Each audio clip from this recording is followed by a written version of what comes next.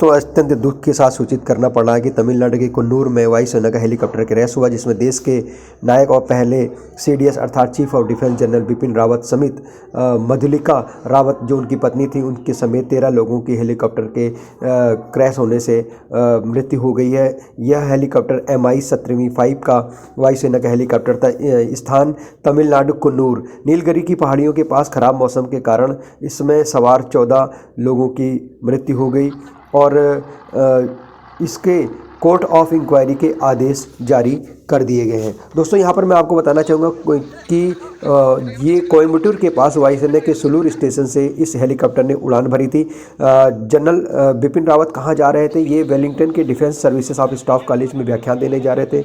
इसमें तमिलनाडु के मुख्यमंत्री को जब ये पता चला MK स्टालिन को, तो उन्होंने वन मंत्री रामचंद्रन के साथ और सभी सेना को वहाँ पर भेजा और इसमें वायुसेना प्रमुख एयर चीफ मार्शल विवेक राय चौधरी तुरंत दिल्ली से रवाना हुए।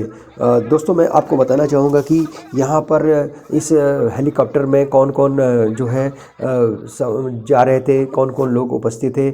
जनरल रावत और उनकी पत्नी Madhulika, brigadier LS Lidder, defence colonel Harjinder Singh, Naik Gursewak Singh, Jitendra Kumar, lance Naik Vivek Kumar ji और BSI Teja, Havildar Satpal Singh, defence staff services college के group captain Varun Singh ji, wing commander Prithvi Singh Chauhan. इस हेलीकॉप्टर को विंग कमांडर पृथ्वी सिंह चौहान उड़ा रहे थे। वह 109 हेलीकॉप्टर यूनिट के कमांडिंग अफसर थे। इसके अलावा 13 क्रू सदस्य भी थे। दोस्तों आपको बताना चाहूँगा जनरल बिपिन रावत के रूप में हमारे देश को पहले CDS यानी चीफ ऑफ डिफेंस प्राप्त हुए थे 2019 में। 31 दिसंबर 1916 को थल सेना प्रमुख इनको बनाया गया था। 43 साल का इनको ज़बरदस्त अनुभव था। और दोस्तों बताना चाहूँगा कि जनरल बिपिन रावत ने हमारे देश के लिए सेना के लिए बहुत सारे ऐसे कदम उठाए हैं जिसकी वजह से वह बहुत ही ज़्यादा हमारे लिए बहुत इम्पोर्टेंट थे। देश की जो ये क्षति हुई है, इस क्षति को बहुत ही असहनीय माना गया है। इसे काफ़ी समय तक याद रखा जाएगा और साथ में हमारे देश के लिए एक सच्चे वीर सहित बहुत सारे अफसर एक साथ मौत के ग्रास हो गए। ये अत्यंत दुख का विषय है। हम सभी लोग सलूट करते हैं इनकी देशभक्ति को, इनको नमन करते हैं, श्रद्धा सुमन अर्पित करते हैं। दोस्तों जर्नल बिपिन रावत को उत्कृष्ट सैनिक, अच्छे देशभक्त और सेना के आधुनिकीकरण की भूमिका के लिए याद रखा जाएगा। उत्तराखंड को भी इससे बहुत बड़ी हानि हुई है और उत्तराखंड के रहने वाले दिलों में बसता था उत्तराखंड। इनकी जुबां पर जब भी आते थे तो पलायन का दर्द उनके मन में हमेशा रहता था। इस घटना से पूरा देश बहुत ही ज़्यादा अत्यंत दुखी है। तो जनरल बिपिन रावत के बारे में बताना चाहूँगा कि NDA के स्नातक से उन्होंने उपाधि प्राप्त की थी।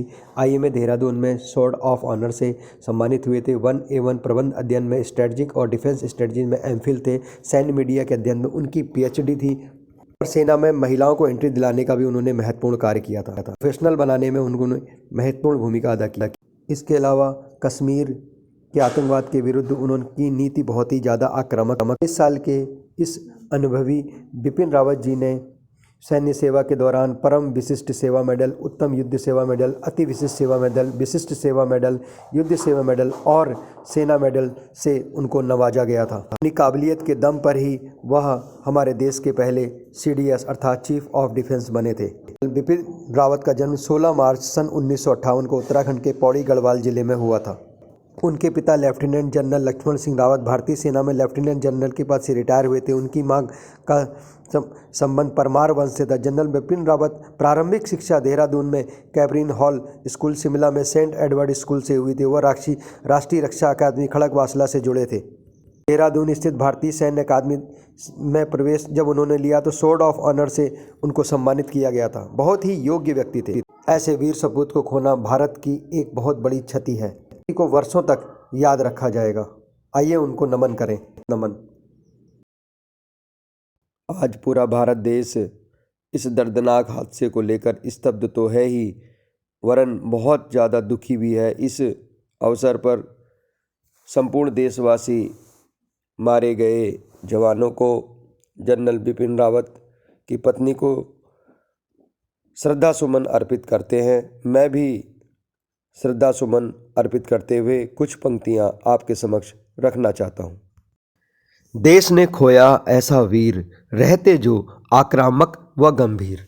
देश ने खोया ऐसा वीर, रहते जो आक्रामक व गंभीर। कार्यकुशलता की तस्वीर थे वे, देशभक्त व वीर थे वे।